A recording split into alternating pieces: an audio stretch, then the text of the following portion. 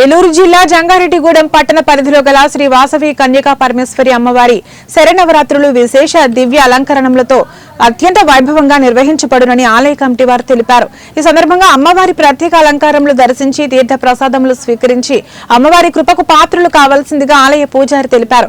అలాగే విఘ్నేశ్వర పూజ, అఖండ దీపారాధన, పుణ్యాహవచనం, నవగ్రహ మండపారాధన, చతుష్టి యోగిని ఆరాధన, మహాకలశ స్థాపనతో శరన్నవరాత్రులు పూజా కార్యక్రమాల్లో జరుగుతాయని అన్నారు.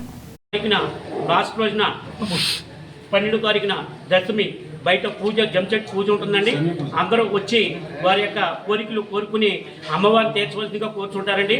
అలాగే భక్తులందరూ సమర్పించిన చీరలు మత్తు ఇవన్నీ కూడా 13వ తారీఖున అన్నప్రసాద కార్యక్రమం తదుపరి ఇక్కడ వేలపాటు జరిగిందండి.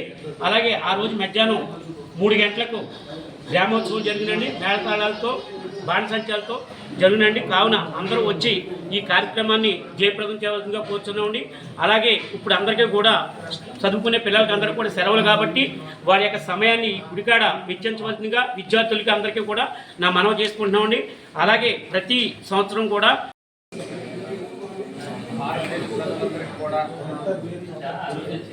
దేవీ నవరాత్రి సందర్భంగా దసరా శుభాకాంక్షలు చేయబట్టుకున్నాం. మరి మన జంగారెడ్డిగూడెంలో ఉన్న శ్రీ వాసవి కన్యకా పరమేశ్వరి అమ్మవారి దేవస్థానం నందు దసరా మహోత్సవాలు అంగరంగ వైభవంగా జరుగుతున్నాయి. 3/10/2024 నుంచి 12/10/2024 వరకు రోజు ప్రత్యేకమైన అలంకారములతో